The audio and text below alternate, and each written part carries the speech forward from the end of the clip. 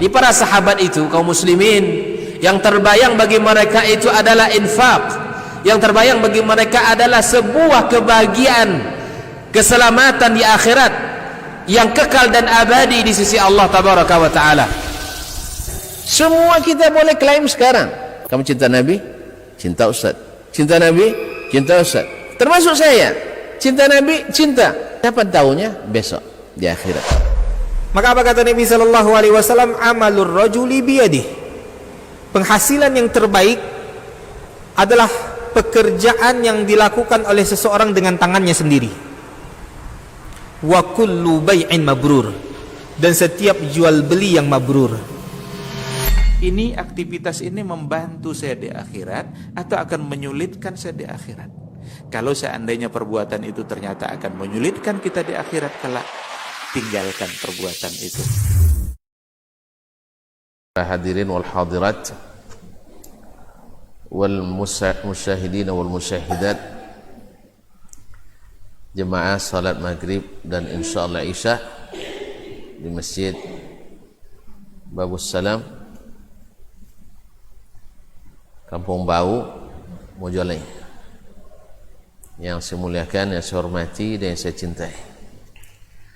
Dengan izin Allah Subhanahu wa taala, kita kembali bisa mengaji walaupun dalam tempo ala 2 bulan sah. Lebih ya? 2 kali itu ibu. Sadia cukup 3 ya. Tadi comel tempo lah. Bawa pulang dari siap langsung kembali juga. Acula sport jantung tadi. Dan Allah sampai je. Alhamdulillah Allah sampai je. Alhamdulillah. Mudah-mudahan Allah memberkahi pertemuan ini walaupun singkat. Mudah-mudahan kita mendapat. Ya, setidaknya silaturahim di antara kita berjalin. Kemudian duduk di majlis yang mengingatkan pada Allah, majlis zikir, majlis yang mudah-mudahan menambah pula iman, menambah ilmu, dan majlis yang diadakan di rumah Allah pula, yang mendatangkan ketenangan, ketentraman jiwa, dan semoga di akhirnya kita diberikan hadiah oleh Allah Tabaraka wa Ta'ala, yaitu berupa ampunan dosa-dosa seperti yang dijanjikannya kepada kita, dan Allah tidak mungkir janji. Mudah-mudahan kedatangan kita ini benar-benar ikhlas dan tulus dari hati karena ilahi Rabbi. Selanjutnya salawat dan salam kepada baginda Nabi alaihi salatu wassalam. Kita banyak berhutang budi kepadanya. Banyak sekali jasa Nabi kita Muhammad sallallahu alaihi wasallam kepada kita. Dia ajarkan kita bagaimana bertauhid yang merupakan syarat mutlak masuk surga. Diajarkan pula kepada kita bagaimana kita beramal dan beribadah yang merupakan tugas pokok dan utama selama kita menghirup napas di dunia. Dicontohkan atau diaturkannya pula buat kita bagaimana bermuamalah, bergaul antar sesama, baik di tingkat rumah maupun sampai bernegara atau antara bangsa. Dan dicontohkannya pula akhlak yang mulia yang semua fitrah yang sehat mencintainya, sehingga lengkaplah sudah aturan yang dibawanya, baik yang mengatur hubungan antara kita dengan kita sendiri, antara kita dengan pencipta kita, antara kita sesama umat manusia, dan bahkan menghiasi diri dengan alat, dengan adab, akhlak dan budi pekerti yang tinggi. Mudah-mudahan Allah mempertemukan kita dengannya nanti. dalam keadaan cinta dan sehati, sehingga mudah-mudahan Nabi SAW memberikan kepada kita syafaatnya nanti yang memang sangat ditunggu dan dinanti-nanti oleh setiap umat yang hari itu setiap kata, setiap huruf, setiap amalnya dihisab di hadapan Ilahi. Ma'asyal kiram dirahmati Allah SWT, salah satu amalan yang mendapat perhatian besar Nabi alaihi salatu wassalam setelah mentauhidkan Allah, setelah bersyahadat asyhadu an la ilaha illallah wa asyhadu anna Muhammadar Rasulullah, maka mulailah kita membuktikan syahadat ini melalui amalan aplikasi nyata berupa mendirikan salat kita. Subhanallah, dibuktikan bahwa kita benar-benar mencintai Allah dengan kalimat la ilaha illallah.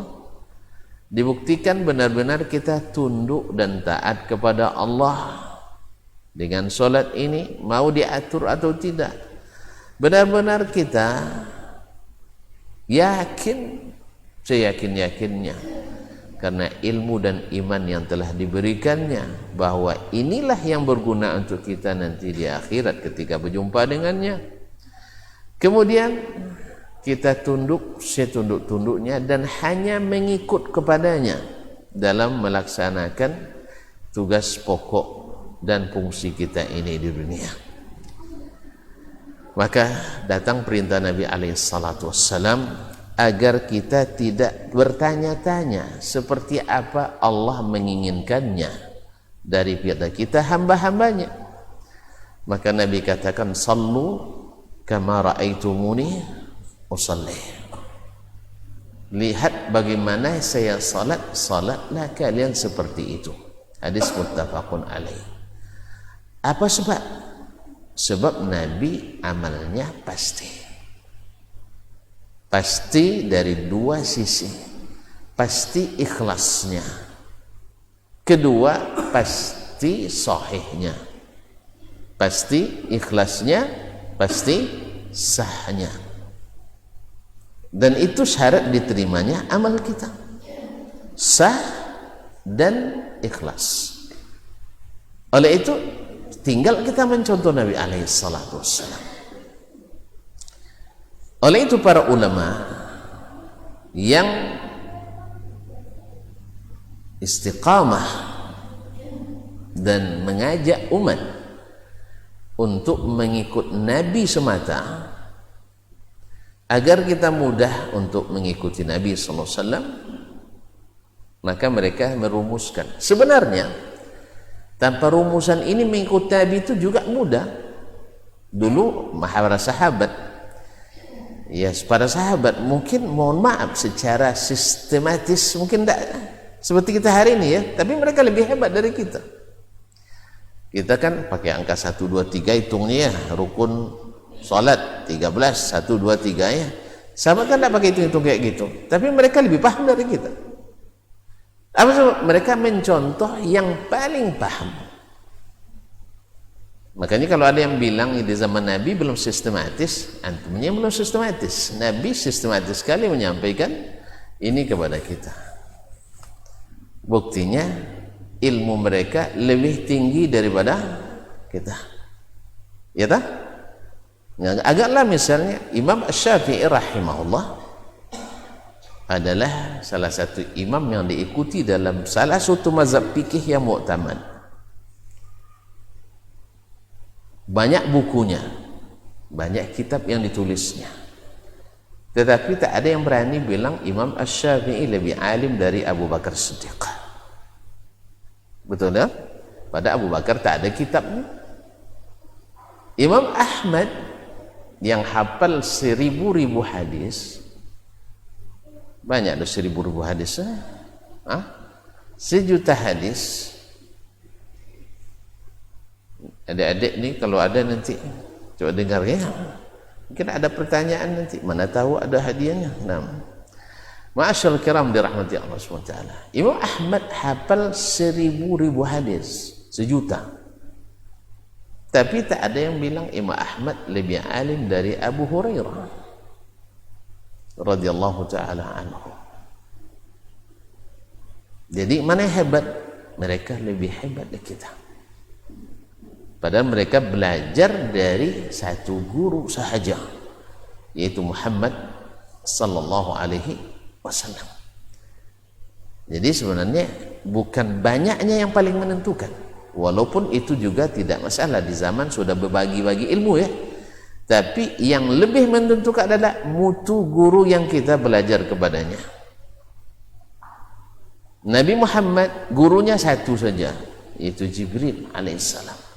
Tapi gurunya Zumirratin fastawa, sangat cerdas dan sangat hebat.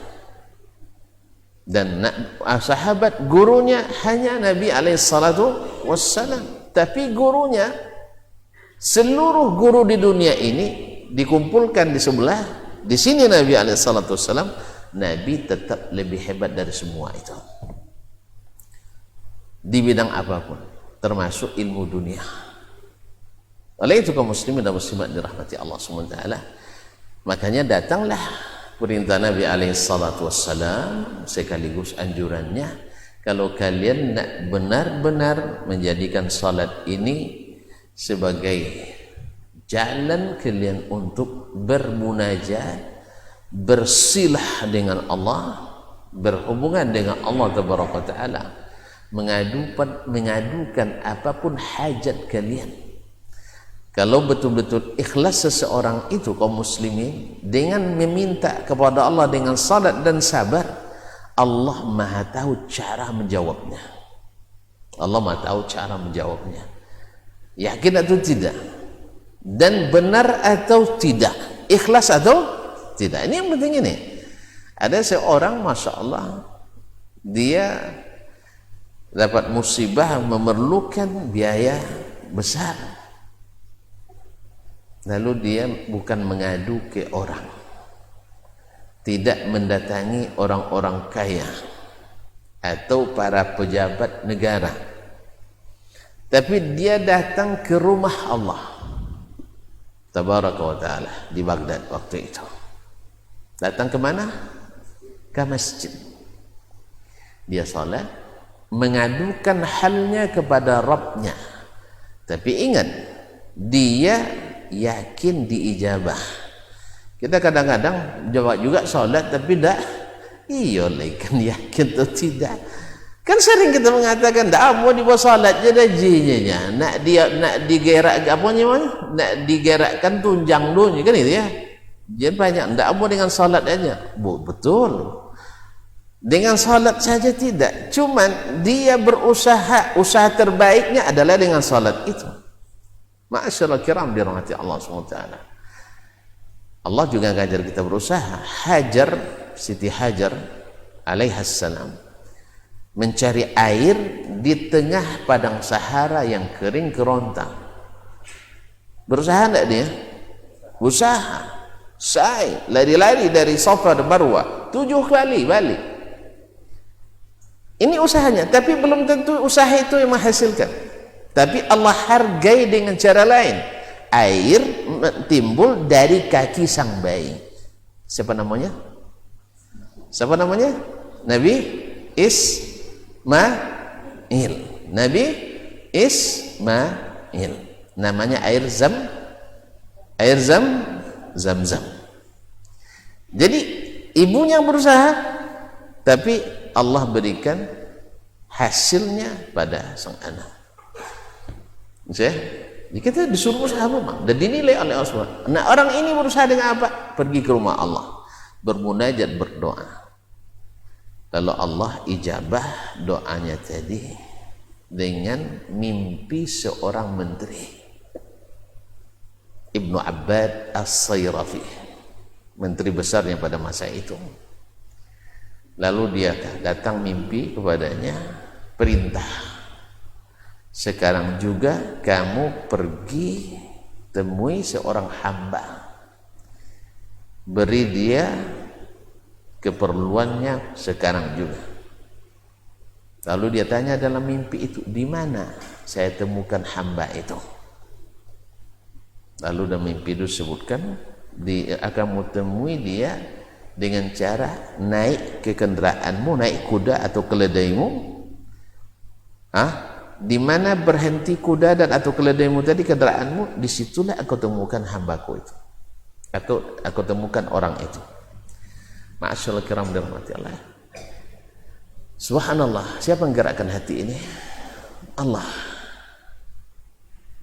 Lalu dia naik kudanya, jalan dibiarkan, kudanya berangkat berjalan sendiri.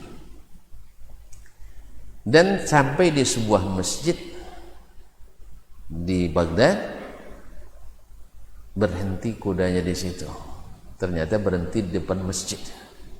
Tentu orangnya ada di dalam masjid. Masuk dia ke masjid. Masjid kan tidak perlu ke pintu kan.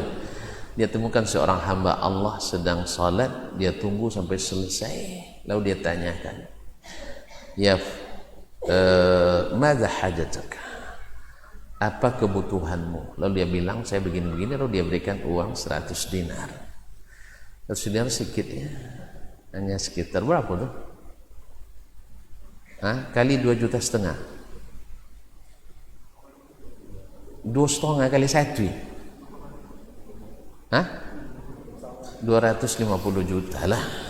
2,5 kali 1, 250 juta. Patang pun mau piti banyak, tidak dapat nih bentung. Kaum muslimin dan muslimat dirahmati Allah, 250 juta.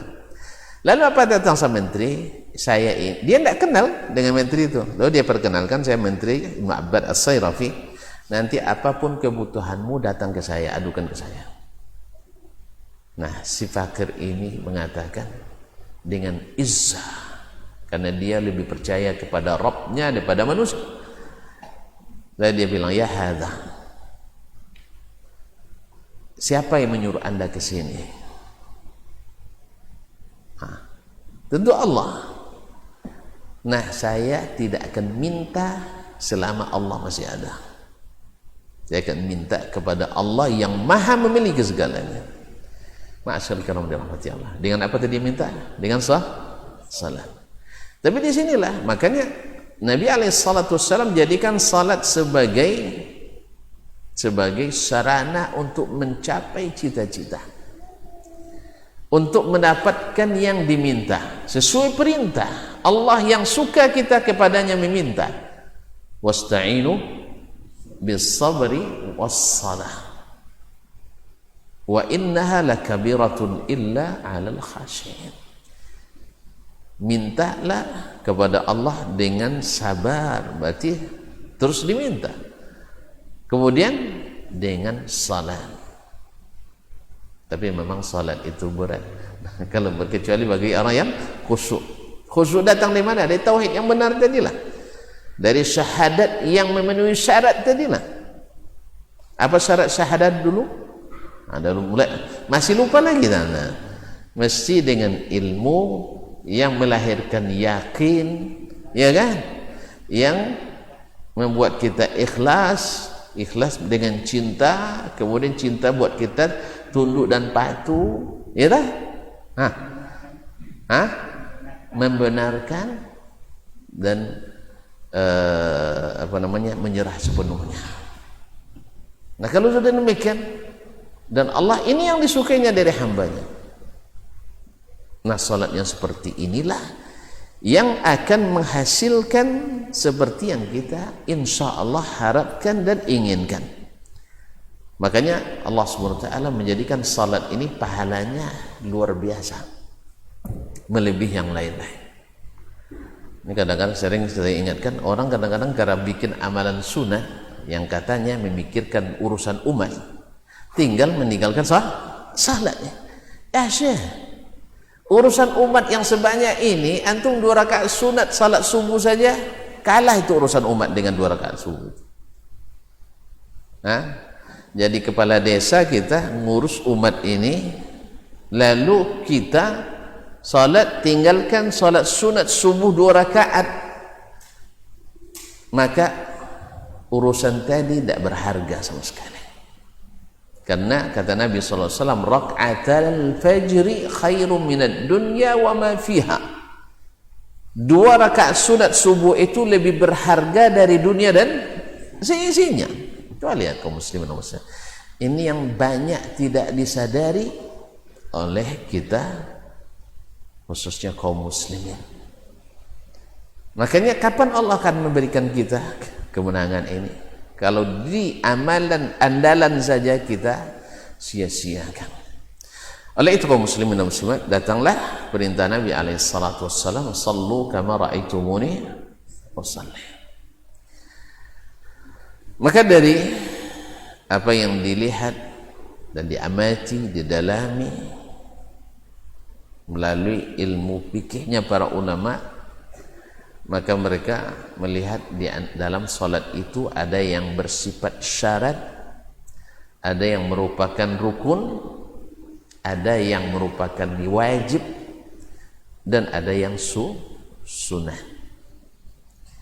Para ulama selalu memulai dengan pembahasan masalah syarat.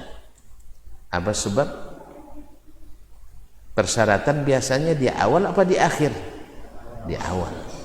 Jadi urus syarat dulu, baru aplikasi masuk. Luluskan administrasinya dulu.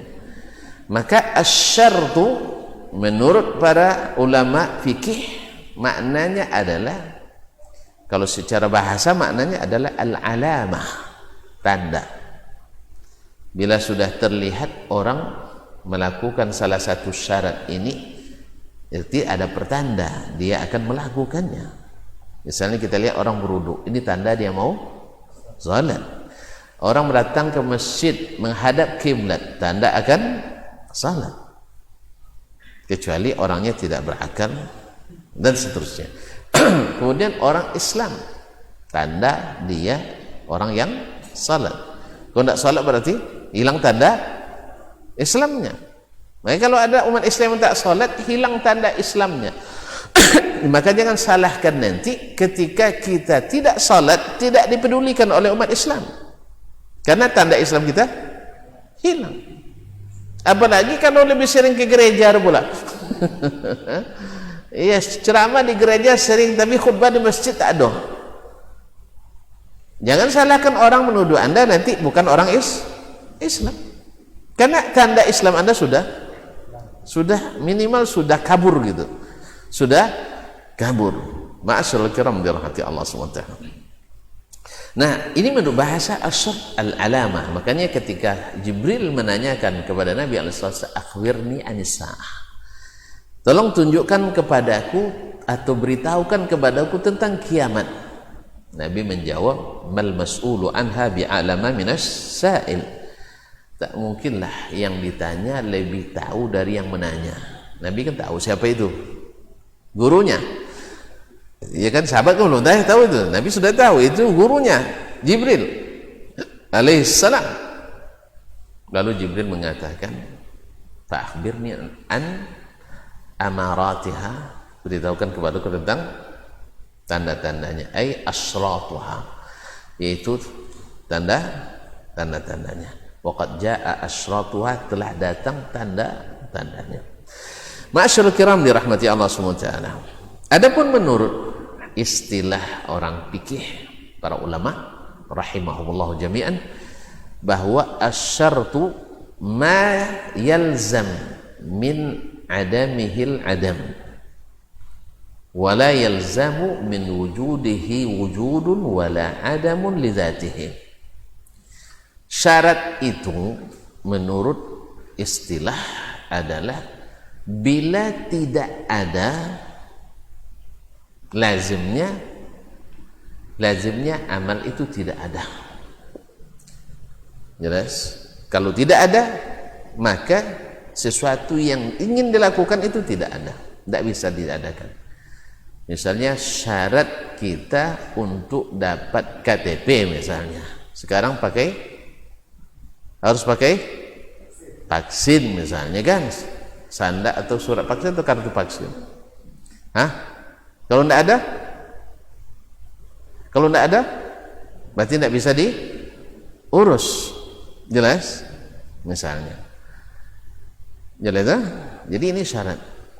Kalau ada misalnya syarat salat mesti berwudu.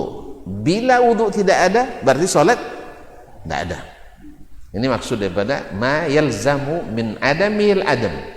Bila tidak ada, lazimnya tidak ada. Wala yalzamu min wujudihi wujudun wala adamu li dzatihi. Dan tidak pula dan adanya tidak mesti ada yang dituju dan tidak mesti pula tiada li dzatihi. Misalnya adanya syarat, otomatis tidak adanya salat.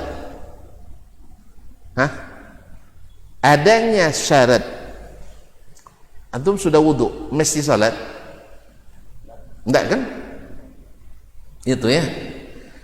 Orang yang wudu belum tentu salat. Makanya ini namanya syarat, hanya tanda saja. Orang menghadap kiblat, mesti salat? Tidak. Walaupun syarat salat menghadap kiblat, tapi bukan semua yang menghadap kiblat salat. Kadang sedang bertukang buat kubai kan. Nantang sitan nanti ke menghadap kiblatnya, salatnya ya enggak. Tetapi siapa yang nak salat mesti menghadap kiblat. Itulah makna dari syarat. Adanya menghadap kiblat tidak mesti sudah salat, tetapi salat mesti menghadap kiblat. Dengan kata lain, kalau ada orang menghadap kiblat, salat kamu sudah menghadap, tidak boleh. Atau ada orang berwudu, wajib salat, tidak. Tetapi kalau ada orang salat, wajib wudu. Ada orang salat, wajib menghadap kiblat. Bukan sebaliknya. Ini makna ma yalzamu min adamihi al-adam wa la yalzamu min wujudihi wujud. Jelas? Nah. Kemudian ada definisi lain daripada syarat itu adalah, yaitu ma la yahsihhu syai'u illa bihi wa laysa minhu. Yaitu tidak sah sesuatu kecuali dengannya, tetapi dia bukan bagian darinya. Paham? Paham tidak? Nanti ketika bicara nanti tentang salat, rukun, wajib dan sunatnya, kan tak masuk wudu dalamnya, ya kan? Jadi tapi sahnya salat tergantung wudu, tapi wudu bukan bagian dari amalan salat. Jadi tergantung sah tidak sahnya sesuatu kepadanya, tapi dia bukan bagian daripadanya. Ini untuk membedakan antara rukun dengan syarat. Kalau rukun tidak sah amalan sesuatu itu, tapi dia kecuali dengannya, dan dia bagian daripada amalan itu. Misalnya membaca Al-Fatihah. Rukun apa sunat? Rukun. Nah, bila tak baca Al-Fatihah, sah salat atau tidak? Salat tanpa baca Al-Fatihah sah atau tidak? Tidak. Dia bagian dari amalan salat? Ya. Ini namanya rukun. Tapi kalau tidak sah salat kecuali dengan mengerjakannya, dan dia bukan bagian dari amalan salat, maka disebut sah syarat. Jelas? Nah, menghadap kiblat bagian dari rukun? Tidak. Bagian dari sunat? Tidak. Bagian dari wajib salat? Tidak. Dia syarat salat. Itu antara membedakannya dengan yang lain. Nanti ada lagi istilah wajib salat. Apa beda wajib dengan rukun? Itu lagi. Wajib salat dikerjakan sempurna salat ya. Tapi bila ditinggalkan maka diganti dengan sujud sahwi. Salat tetap sah. Kalau rukun ditinggalkan tidak sah, tidak bisa diganti. Itu bedanya rukun dengan wajib. Apa contohnya wajib salat? Membuang. Apa misalnya wajib salat? Ruku, saudara, membaca surat setelah Baca surat setelah Al-Fatihah. Misalnya waladhdallin di rakaat pertama kan Allahu Akbar katanya kan, terlupa nih. Nah, dia sudah ruku, wajib balik lagi? Boleh balik lagi? Enggak. Kalau sudah pindah ke rukun sempurna dan kembali, enggak boleh balik lagi. Nah, gimana dia tertinggal tadi? Kalau dia rukun enggak bisa ditinggalkan, tapi kalau dia wajib ditinggalkan, diganti dengan sujud sahwi. Yang seperti ini sujud sahwinya sebelum salam. Ya, kalau nanti pas salat sirriyah misalnya, lalu imam sebelum salam tiba-tiba dia sujud, ikuti aja makmum. Ikuti aja makmum, kan tahiyat dia kan lama kan. Setelah itu Allahu Akbar katanya. Wah, tengok kejanto agak bukan rupanya. Ini rakaat terakhir nih. Ternyata dia sujud lagi. Jangan pikir dulu apa sujud ini, buka pula kitab dulu dah. Langsung aja sujud. Ikuti sujudnya. Kau nak bertanya nanti selesai salah 6. Mungkin tadi imam lupa membaca ayat di rakaat kedua atau rakaat pertama.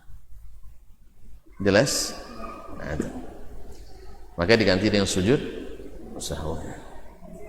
Atau misalnya lupa takbiratul intiqal. Tahu takbiratul intiqal? Selain takbiratul ihram namanya takbiratul intiqal. Takbiratul ihram kan yang pertama Allahu Akbar. Ini takbir apa namanya? Takbiratul ihram. Ini rukun apa wajib? Rukun. Nanti belum belajar kita nanti soalnya ya. Tapi sudah pernah belajar kita. Nah, ini rukun. Kalau ini tinggal tidak boleh ulang salat lagi. Jelas?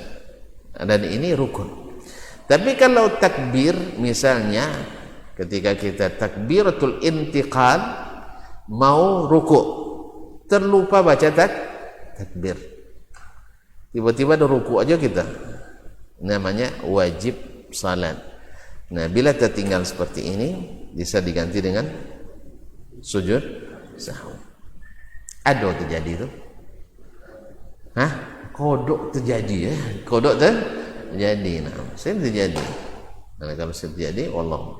Nanti kata insyaallah kita pelajari. Kaum muslimin dan muslimat dirahmati Allah SWT, ini makna dari syarat, baik secara bahasa maupun secara istilah. Dia mesti ada, tetapi bukan bagian daripada amalan salat. Dan dia bila ada, tak mesti salat ada. Tapi dia tiada, salat tak boleh ada. Karena tergantung kepada sah atau tidaknya. Ada berapa syarat salat itu, kaum muslim dan muslimat dirahmati Allah, melalui dalil-dalil yang disebutkan atau dari Allah dan dari Al-Quran dan hadis Nabi SAW, disimpulkan oleh ulama syarat itu ada berapa kemarin? 9. Yang pertama al-Islam. Jadi syarat sahnya salat itu adalah Islam. Nah, ini Islam ini kan tadi kita sebutkan bila ada tidak mesti ada sah salat itu. Nah, apakah setiap orang Islam salat? Tidak ada kan? Kan banyak orang Islam yang tidak salat. Berarti adanya Islam seseorang belum menjadikan dia salat. Tetapi bila nak salat mesti orang Islam.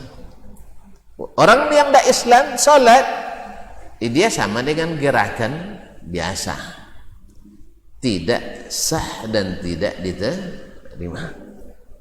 Mana tahu dia kan? Tahu dia bahwasanya gerakan salat itu menyehatkan. Misalnya dibaca artikel ada seorang ibu kena penyakit pinggang. Minum obat ini gagal ginjal, minum obat ini berdebar jantung, minum obat ini asam lambung. Sakit pinggang tak juga hilang, sakit pinggang tak juga hilang. Akhirnya ada yang menasihatinya, ada sesuatu yang sangat bermanfaat untuk menghilangkan sakit pinggang itu. Apa itu? lama ruku. Lama ruku. Ternyata ruku itu sehat. Akhirnya ada orang yang non muslim, kalau tidak boleh sebut kafir kan, non muslim, baca, dia kena penyakit pinggang pula. Dia tanya ruku itu apa katanya. Dia tanya ruku itu apa, dia cari referensi atau tanya tetangga, oh ruku itu begini, orang sedang sholat. Lalu dia ikuti gerakan sholat orang Islam misalnya. Tidak usah dilarang, tidak usah dilarang. Ya boleh saja orang itu mengikuti kita. Kita tidak boleh mengikuti mereka. Dalam keyakinan kita tak boleh mengikuti ibadah orang di luar Islam. Tapi orang itu yang ikut kita itu urusan mereka. Kita juga tidak boleh melarangnya. Ada yang nak ikut sholat, silakan, tidak ada masalah. Kaum muslimin dan muslimat dirahmati Allah. Lalu dia praktekkan. Nah, apakah sholatnya sah? Tidak. Tapi apakah dia melakukan ruku'? Ya dia lakukan. Sujud lakukan. Jelas kan? Dan alhamdulillah dia lakukan ruku' dengan sempurna. Kan ada sebagian ruku'nya seperti orang sakit pinggang, kan memang ada kan? Ruku' seperti sakit pinggang. Begini, agak mendaki sedikit, mendatanjakan gitu.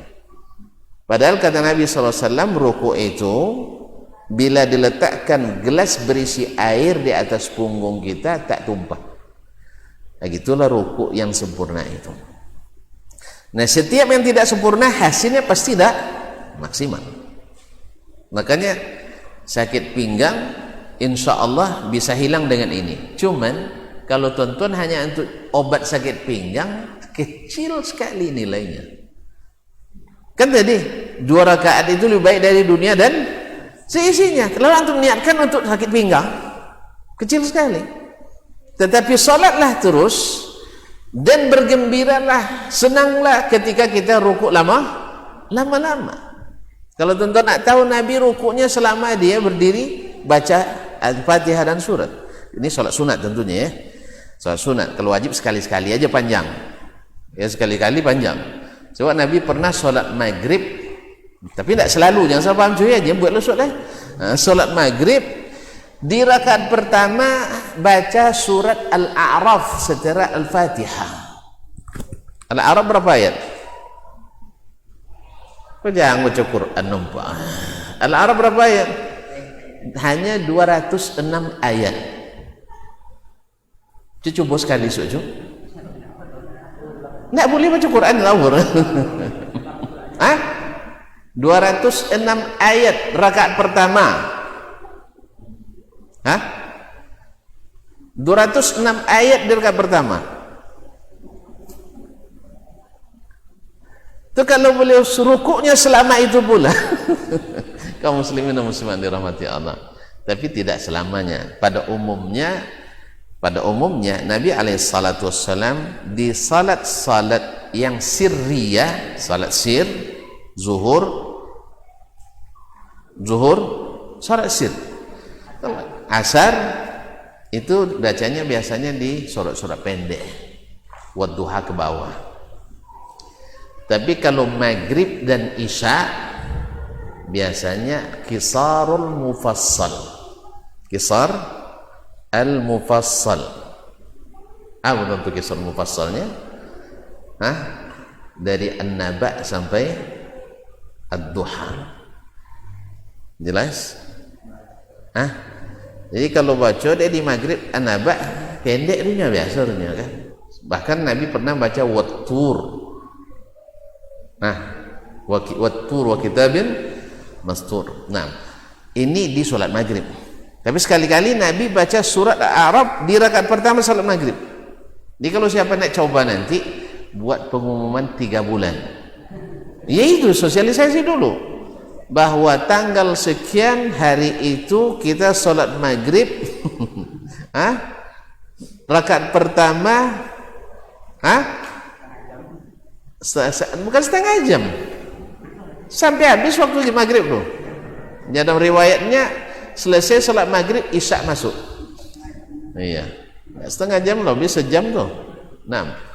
Jadi kaum muslimin dan muslimat dirahmati Allah, umumkan siapa yang belum makan dulu sebelum salat maghrib. Siapa yang ada urusan jangan salat di masjid ini, salat di masjid lain dan seterusnya. Beko kan bajaji je bini mantu preso kehamilan. Sudah itu imam lapis sudah Arab dah. Kacau deh. Jadi kaum muslimin dan muslimat dirahmati Allah. Jadi buat pengumuman cuma. Nah, jadi sekali jadi dia kodok kono sekali aja. Nah. Syekh Utsaimin pernah melakukan itu, dia umumkan lama sekali, ditempelkan di seluruh tempat di daerah itu, khususnya di masjid, di setiap pintu masjid ditempelkan pengumuman bahwa hari itu tanggal sekian maghrib kami akan salat dengan membaca surat Al-A'raf di rakaat pertama. Azan silakan. Nah.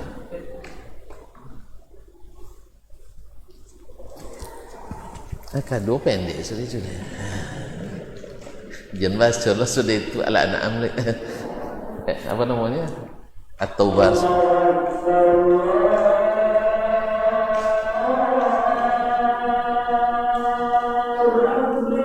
Allahumma Allah. Allah.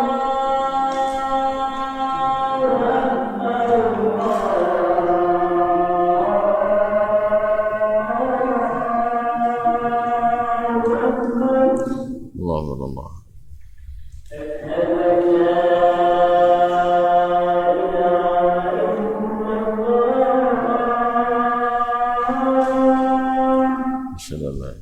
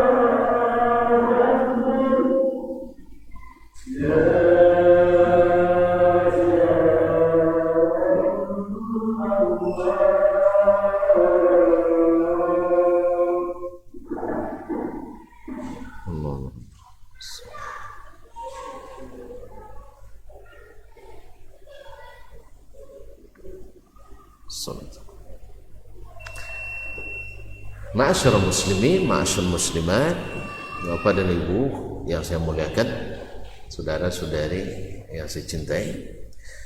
Jadi orang kafir amalannya tidak diterima atau batil. Tadi kan kita katakan dari dalilnya apa? Dalilnya banyak sekali dalam Al-Quran dan hadis Nabi alaihissalatu wassalam. Di antaranya adalah firman Allah surah Al-Maidah ayat 5, "Wa may yakfur bil imani faqad habita 'amaluhu wa huwa fil akhirati minal khasirin." Siapa yang kufur, siapa yang kafir, tidak beriman, maka amalannya batal. Di akhirat dia termasuk orang merugi. Jadi kalau kalimat khusran, merugi secara mutlak, asalnya untuk orang yang tidak beriman. Makanya wal asri innal insana lafi khusrin, demi masa manusia dalam keadaan merugi. kecuali illal ladzina amanu, kecuali orang beriman. Orang kafir rugi. Makanya salah kita menjadikan kiblat kita orang kafir, sebab mereka orang-orang rugi. Salah kita mencontoh orang-orang yang non muslim karena mereka orang-orang rugi. Makanya kita yang harusnya dicontoh, walaupun rugi di dunia, tetapi sebenarnya kita lah yang beruntung. Tadi saya sudah katakan, karena kita katakan tadi dengan penuh iman, kita katakan dua rakaat salat sunat subuh lebih baik dari semua yang dimiliki oleh manusia di dunia ini. Untuk apa lagi itu? Untuk apa lagi kita sesak-sesak napas mencari dunia ini? Bagusnya kita mengusahakan jangan sampai tertinggal 2 rakaat subuh ini. Tapi kan kita perlu rezeki. Ya siapa nak perlu? Tapi kan antum yakin pemberi rezeki itu siapa? Ya Allah. Dan rezeki itu kaum muslimin, kita selalu mendefinisikan rezeki dalam bentuk fisik, dalam bentuk materi, dalam bentuk barang, dalam bentuk uang. Kalau lihat ada boleh, ada zaki. Kalau tidak, kurang zaki. Subhanallah.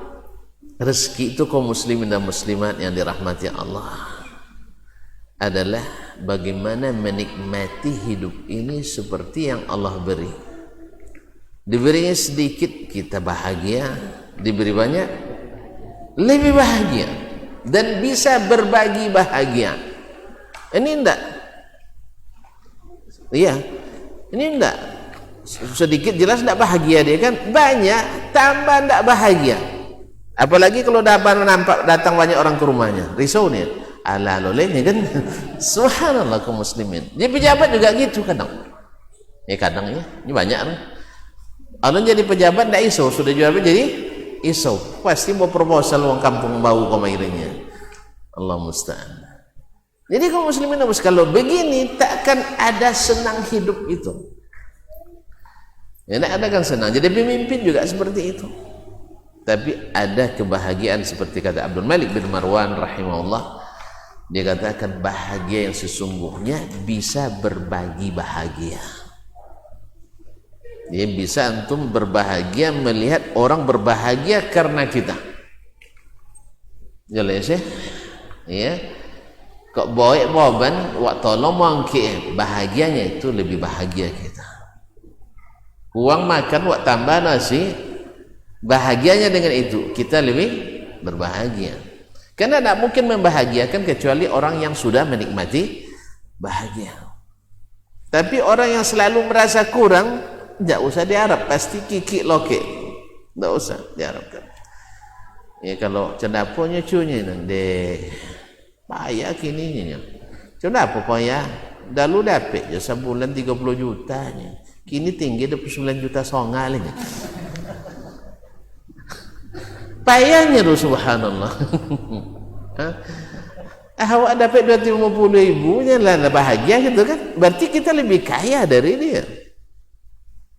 Lebih kaya gitu. Nah, jadi kaum muslimin dan muslimat dirahmati Allah SWT. Jadi orang yang kafir itu rugi. Makanya salah kita menjadikan kiblat kita mengukur kemajuan itu dengan kemajuan orang-orang yang tidak beriman pada Allah Taala. Sampai-sampai orang ngaji Sahih Bukhari, saya muslim, uang lah buat pesawat tempurnya kan. Itu tak apa sempurna. Aji nang cerita itu ndak jo baca Sahih Bukhari buat pesawat jo, indak. Buat pitabang-pitabang pun ndak pandai. Ya kan mainan pitabang pun ndak pandai. Jadi ndak usahlah ngomong besar. Kecuali antum sudah siapkan pesawat tempur nanti. Abo cito. Yang cito lo ustaznya adalah sudah pitabang dan ciaknya kan. Dia cak jo lah. Tapi nak sabut lagi salatnya, kalau tak salat tak ada guna pitabang tu. Tak ada salat tak kira buat pitabang. Ada guna? Ada guna tak ada guna, rugi. Karena 2 rakaat salat sunatnya lebih berharga dari dunia dan seisinya. Tidak yakin nampak dia. Tidak yakin ya gitulah kita. Kalau tidak yakin kita tak akan pernah maju mana ini. Orang tu yakin dia dengan membuat pesawat tempur mereka maju. Awak buat pitabang tidak bisa itulah nak yakin maju ah. Tidak. Makanya yakinlah dengan yang kita miliki, yang dicontohkan oleh Nabi alaihi salatu wassalam. Insyaallah Allah beri kemajuan itu. Umar dulu bisa menguasai Persia, negara besar, ya kan? Bisa menaklukkan Romawi, negara besar. Dengan apa mereka? Dengan gedung bertingkat. Hah? Dengan gedung bertingkat? Dengan pesawat ulang-alik? Enggak. Umar masih tetap tidur di gubuk yang reyat kata orang Jawa kan, di dung sudung pesawat lebih kurang yang buruk, tapi dia menguasai hampir 2/3 dunia ini, ditakuti oleh kawan dan lawan, sampai syaitan aja takut kepadanya,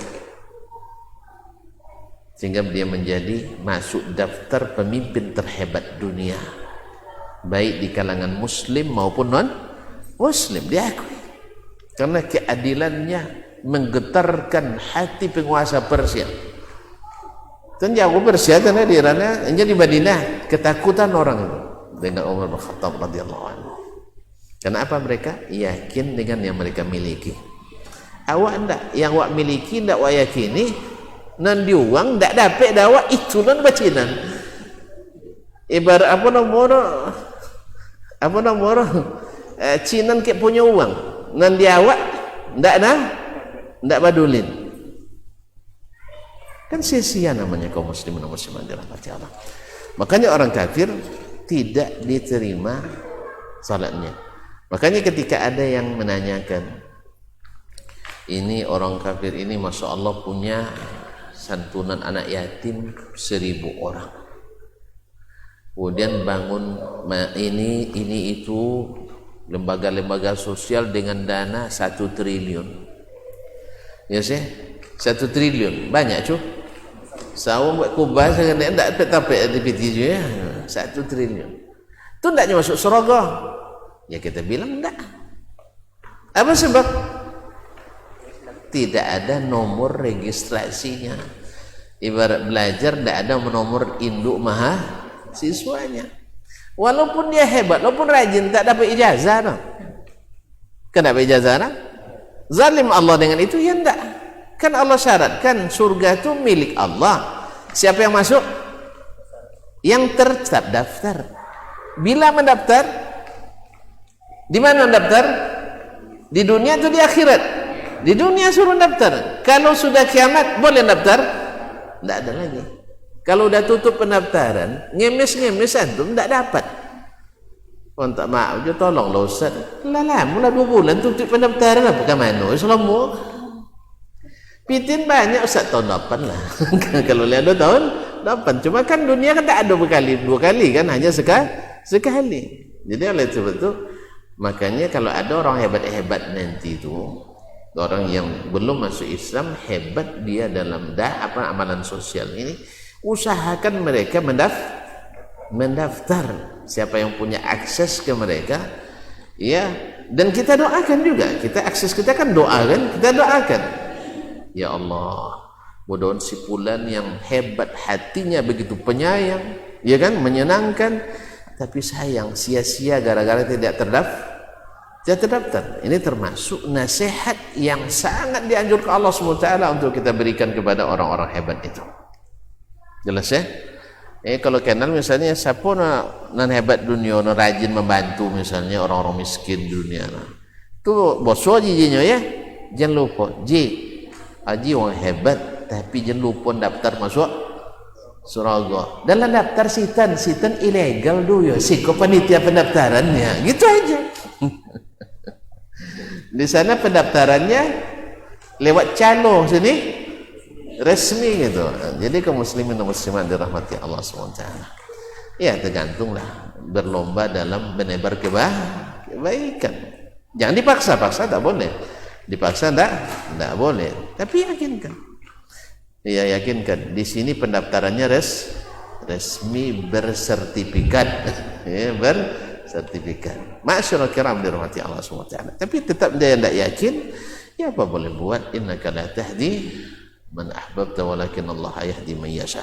Intinya ini syarat mutlak. Kemudian Allah berfirman juga dalam surat At-Taubah, ma kana lil musyrikin ay ya'muru masajid Allah syahidina ala anfusihim bil kufr ulaika habitat amaluhum wa fin nari hum khalidun. Orang-orang musyrikin Mekah itu tak patut menjadi pengurus Masjidil Haram.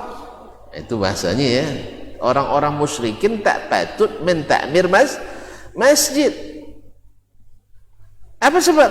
Syahidina ala anfusihim bil kufur. Mereka terang-terangan kufur kepada Allah Tabaraka Ta'ala yang memiliki masjid itu. Wa annal masajida lillah. Masjid itu milik Allah Subhanahu wa taala.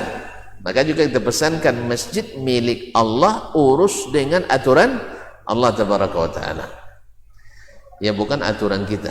Aturan Allah, apa yang Allah inginkan di masjid itu yang dilaksanakan. Maka jangan buat sesuatu yang Allah tidak inginkan. Misalnya Allah melarang buat gambar yang bernyawa misalnya. Akan dibuat lo sajik gambar Nabi Muhammad juga orang kan. Nauzubillah. Atau buat lo gambar malaikat Jibril kan. Atau malaikat gambar burak dan sebagainya, wong gak diancak. Saya tu kan gak diancak burak. Sekarang lucu. Ada Muhammad lucu. Nah. Ya di badan kudo polo kalau wong gadi. Awak dah beda lu tengok mak oncak burak Nabi ini nya. Kasan Yahudi buat kesan. Iya. Untuk mengatakan Nabi itu suka naik. Nah. Allah musta'an. Kaum muslimin dan muslimat dirahmati Allah SWT. Jadi mereka sendiri bersaksi mereka kafir. Terang-terang mereka menolak agama Allah SWT. Gimana mereka nak ngurus Masjidil Haram yang merupakan tempat pertama yang Allah bangun atau dibangun untuk menyembah Allah Tabaraka wa Ta'ala. Ulaika habitat a'maluhum. Mereka itu batal amalannya. Wa fil akhirati khalidun wa fin nari hum khalidun. Mereka nanti di neraka kekal. Gitulah dulu ya syarat pertama lah. Nah, jadi oleh sebab itu kaum muslimin dan muslimat dirahmati Allah, antum boleh berbuat baik sebaik-baiknya, tapi ingat bila tak terdaftar masuk surga jangan berharap. Antum boleh belajar sehebat-hebatnya, tapi kalau nak dapat ijazah tak terdaftar jangan harap dapat. Jelas? Ya, antum boleh jadi rakyat terbaik, masyarakat terbaik, tapi tak terdaftar nomor induk kependudukannya, jangan harap dapat. Jangan dapat kartu tanda penduduk. Antum boleh menjadi calon menantu terhebat, tapi tak terdaftar menjadi menantu, jangan harap bisa menikah.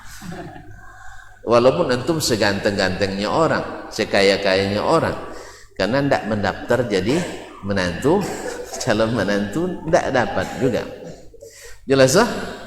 Jadi harus daftar masuk Islam. Ini harga hidup nih, bukan harga mati nih.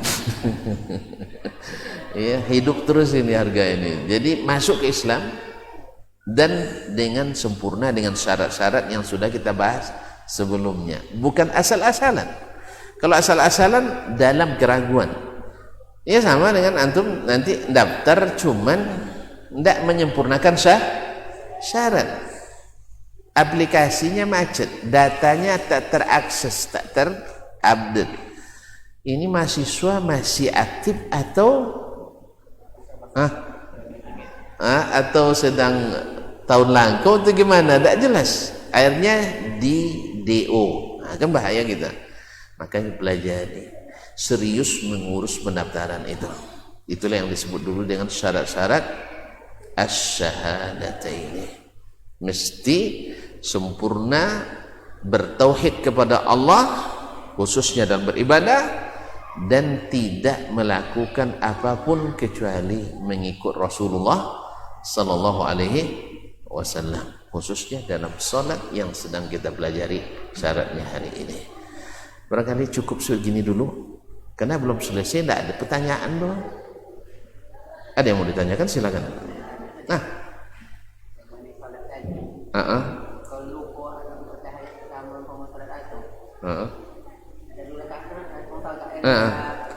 tadi masuk rukun atau wajib? Hah? Rukun batal tu salat. Wajib. Ladingan acu deh, wajib. Jadi ganti dengan sujud sahwi. Jadi kalau enggak, sebelum salam. Nomor pengganti selesai, non asli dulu baru datang pengganti. Jalurnya, jadi nanti lupa tasyahud awal. Tiba-tiba langsung rakaat ketiga langsung tagaknya lupa. Ya kan? Maka ikuti saja imam. Kalau dia lah tagaknya. Kalau lah tagak. Tapi kalau tagaknya ingatkan. Kalau lah tagaknya ikut. Karena sudah pindah ke rukun yang lain. Maka nanti sebelum salam ganti dengan sujud syahwi. Karena mengganti yang kurang sebelum salam. Kemudian untuk melipur yang terlanjur terbuat yang seharusnya tak boleh, maka setelah salam. Apa contohnya yang tidak boleh sebenarnya? Yaitu ragu solat 2 atau 3. Ya kan? Ada mungkin 3, ada mungkin 2. Lalu kita tambah. Kita jadikan 2 saja karena dibangun di atas yang yakin. 3 diragukan, yakin 2 kan? Maka ini kan seolah-olah kita menambah. Ya betul? Maka ini setelah salam. Jelas? Alhamdulillah. Jadi untung sabu ilai wajib. Kalau tidak terpaksa ulang salat. Nah, kaum muslimin muslimat. Ya.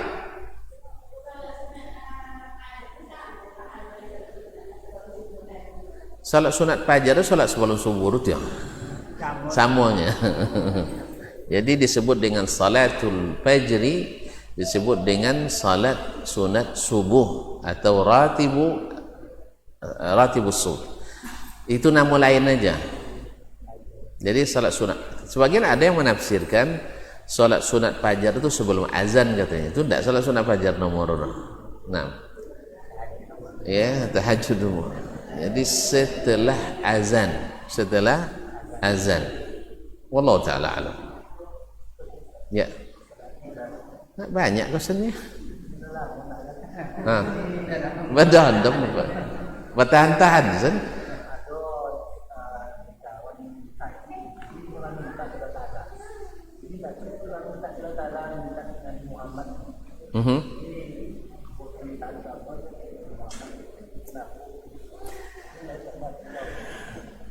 Meminta kepada selain Allah itu syirik yang nyata.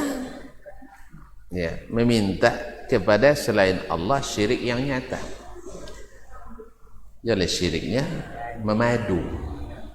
Ada seorang istri guru nahu, pandai nahu. Jadi nyawa Arab lah. Betulnya laki kayaknya, ya fulana inni uhibbuki. Apa bahasa awak tu? Bahasa awaknya I love you. Ya, aku mencintaimu. Wangi bini.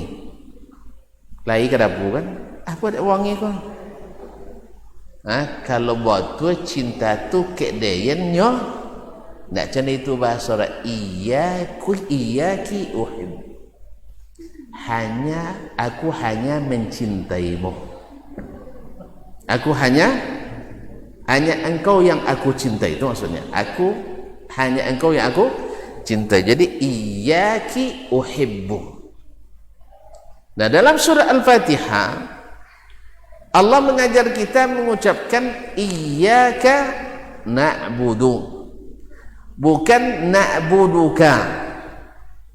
Jelas?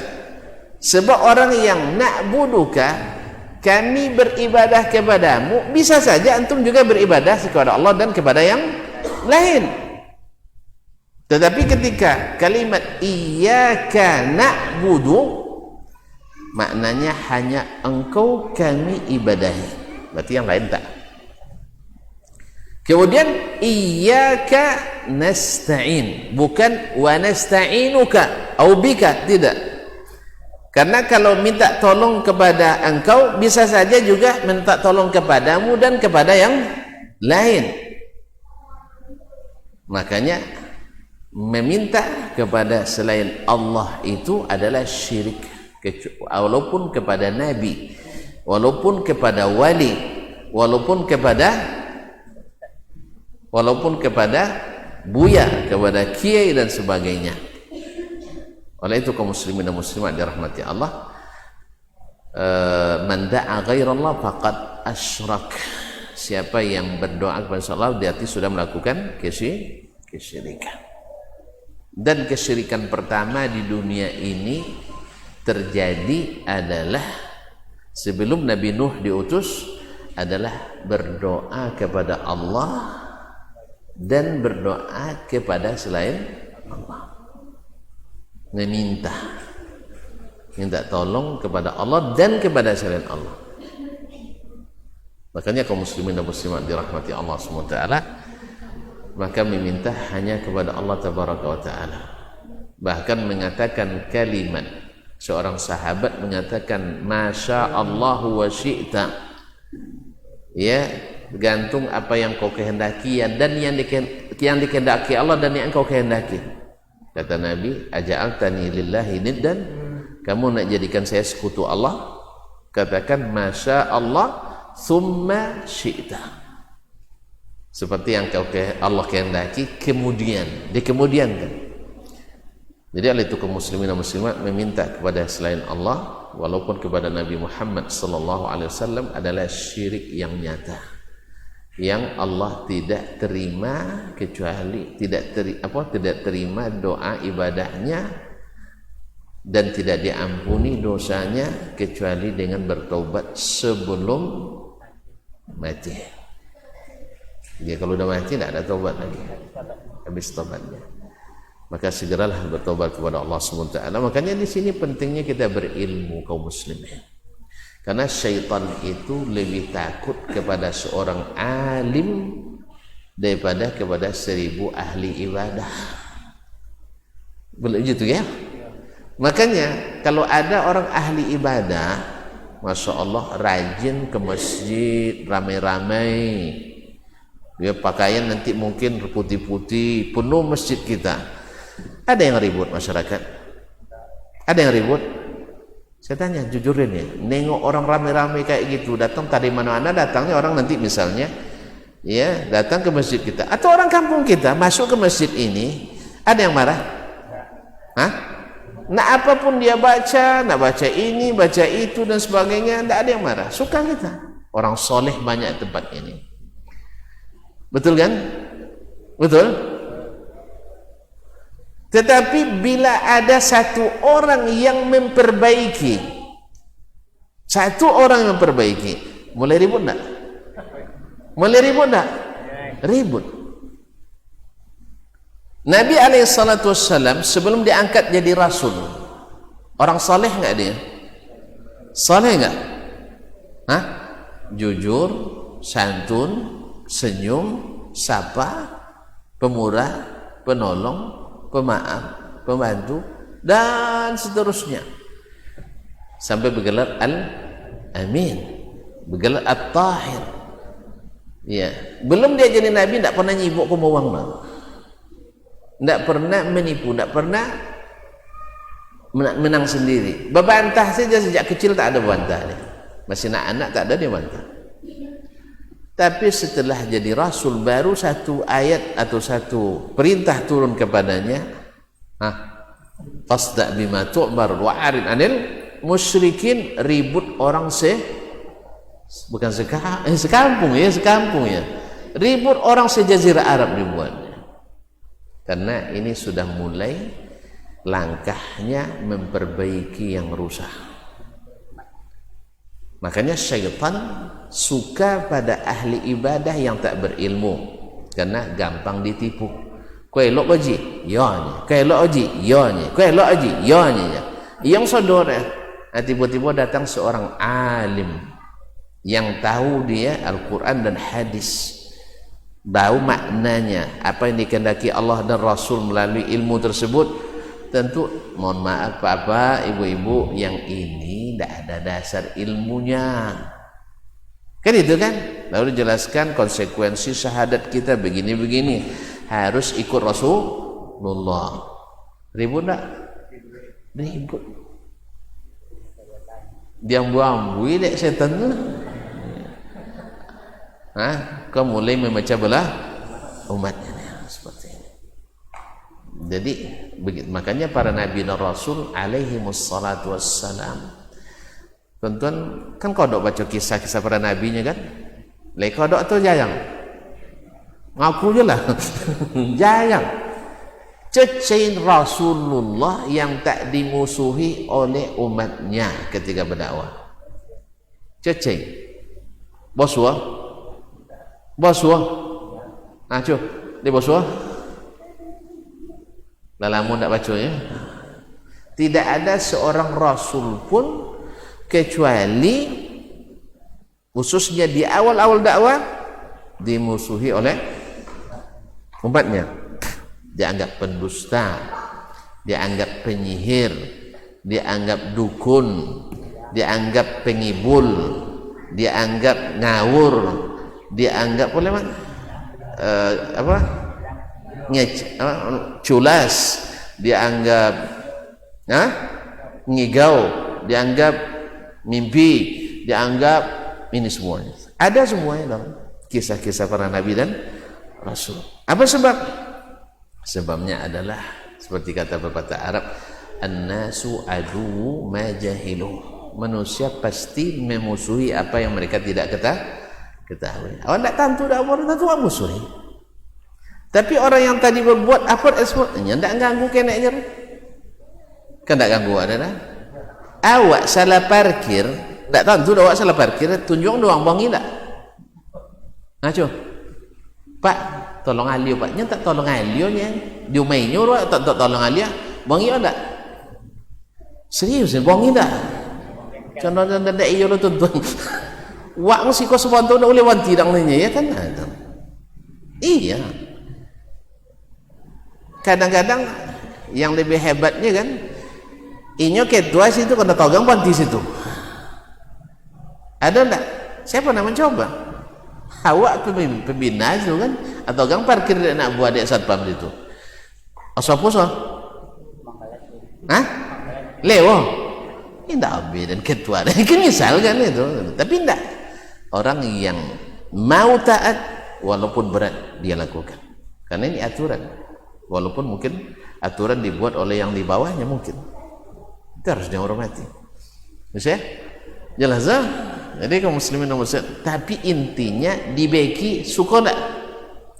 Makanya motor kalau dibeki lewo, mau ngamuk ke bertepi-tepi bunyi kan? Kadang berat dia lah dan koye di muka sangat bunyi, apalagi kalau main bubut lah, kalau pakai bubut itu awak bengkel dia lah. Makanya apalagi turun mesin, buka ban, kau ban traktor lah tuh. Nah, jadi hal itu kaum muslimin dan muslimat dirahmati Allah, memperbaiki itu susah, tapi jadi orang baik tidak susah, menjadi orang baik tidak susah. Tapi kalau menjadi orang yang memperbaiki itu susah. Makanya kalau para nabi saja tidak lulus atau tidak selamat dari fitnah, apalagi kita-kita yang di bawahnya. Tetapi yang beruntung tetap orang-orang yang menjawab panggilan para dai yang menyeru kepada Allah SWT. Macam tadi lah. Ya, kalau secara logika kan nabi itu orang dekat Allah gitu ya. Apa salah kita minta ke wang doket? Nanti kiasnya kemana? Kalau awak nak minta ke Pak Gubernur, minta ke wakil, minta ke asisten, minta ke kepala dinas dan seterusnya. Kalau awak langsung nonton tu demo lainnya, ke itu kiasnya, nya tak kenal jawabnya. Berarti ini kias tidak sesuai. Pasalnya apa? Kan apa sahabat? Tuan-tuan kalau minta ke Pak Gubernur masuk ke kantornya langsung nyandu ke sopa, ya, ambil bantal lo guling macam itu. Assalamualaikum Kak Gubernur, kami nak buat kubah Masjid Babu Salamnya, kurang dana 2 juta. langsung dibenda. Boleh aja, tidak dah. Tapi kalau Allah Ta'ala boleh minta sampai guliang, boleh. Boleh je. Tak sanggup kiasnya dah. Yang kedua, sengatuk kok nokok datang. Lalu Pak Bupati. Betulnya Pak Bupati, bila kan bantu kami konya? Capek tu bantuan? Awak diturun tak lihat dia lo deh. Kaum muslimin dan muslimat. Tapi di Allah Ta'ala boleh tak? Ya Allah, bila lah sudah ke ya Allah, gerakkanlah hati hamba-hambamu untuk menyelesaikan pekerjaan ini. Boleh pun tak? Ternyata aturannya tak sama. Kalau tadi alasannya gubernur tak kenal dengan kita, Allah tak mungkin tak kenal dengan kita. Belum lagi kita meminta, dia dah paham, dah tahu apa yang kita minta. Ya, oleh sebab itu tidak boleh dikiaskan. Kalau dia larang, jangan buat, jangan dibuat. Jelas? Iyyaka na'budu wa iyyaka nasta'in. Sang bininya dah amu sabui dah betul. Ya bini, dengar hati nahu, kalau nak cinta serius dia ke amba, sabui iyyaki uhibbu, hanya engkau yang ku cintai. Sebab kalau bang sabui uhibbuki, saya mencintaimu, tiba kan santan uhibbuki juliannya. Ya? Sitan I love you, sika I love you banyak mana I love you. Yes, yang amak-amak anak boleh madu. Apalagi Allah Taala anak Arabi katakan ana aghnas syuraka'i minas syirk. Saya adalah yang tak butuh sekutu. Man amila amalan asyraka fihi ma'i ghairi taraktu wa syirkah. Siapa yang beramal, doa masuk amal tak? Dia sekutukan aku dengan yang lain, aku tinggalkan dia dan sekutunya itu. Berarti ada harapan dikabulkan? Nah. Dan yang lebih parahnya, Allah berpaling dari kita. Kalau Allah berpaling dari kita, siapa yang akan mempedulikan kita? Oleh sebab itu, jangan sekali-kali berdoa kecuali kepada Allah Tabaraka wa Ta'ala. Sampai situ dulu. Kalau tambah baru panjang jawabannya saya. Ya, baik tahu pertanyaan. Nah, terima kasih dan mohon maaf. Sampai jumpa kembali sebulan lagi, semoga tidak ada hal lagi. Terima kasih. Wallahu ta'ala alam. Wassallallahu ala nabiyyina Muhammad wa sallam. Wa subhanakallahumma bihamdik asyhadu an la ilaha illa anta astaghfiruka wa atubu ilaik. Wassalamu alaikum warahmatullahi wabarakatuh.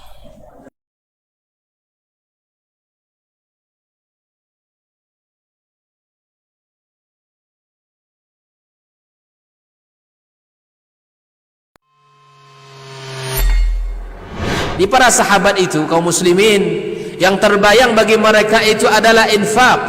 Yang terbayang bagi mereka adalah sebuah kebahagiaan, keselamatan di akhirat yang kekal dan abadi di sisi Allah Tabaraka wa Ta'ala.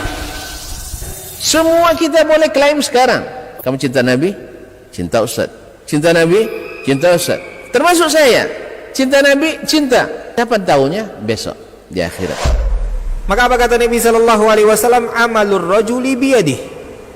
Penghasilan yang terbaik adalah pekerjaan yang dilakukan oleh seseorang dengan tangannya sendiri. Wa kullu bai'in mabrur. Dan setiap jual beli yang mabrur. Ini aktivitas ini membantu saya di akhirat atau akan menyulitkan saya di akhirat? Kalau seandainya perbuatan itu ternyata akan menyulitkan kita di akhirat kelak, tinggalkan perbuatan itu.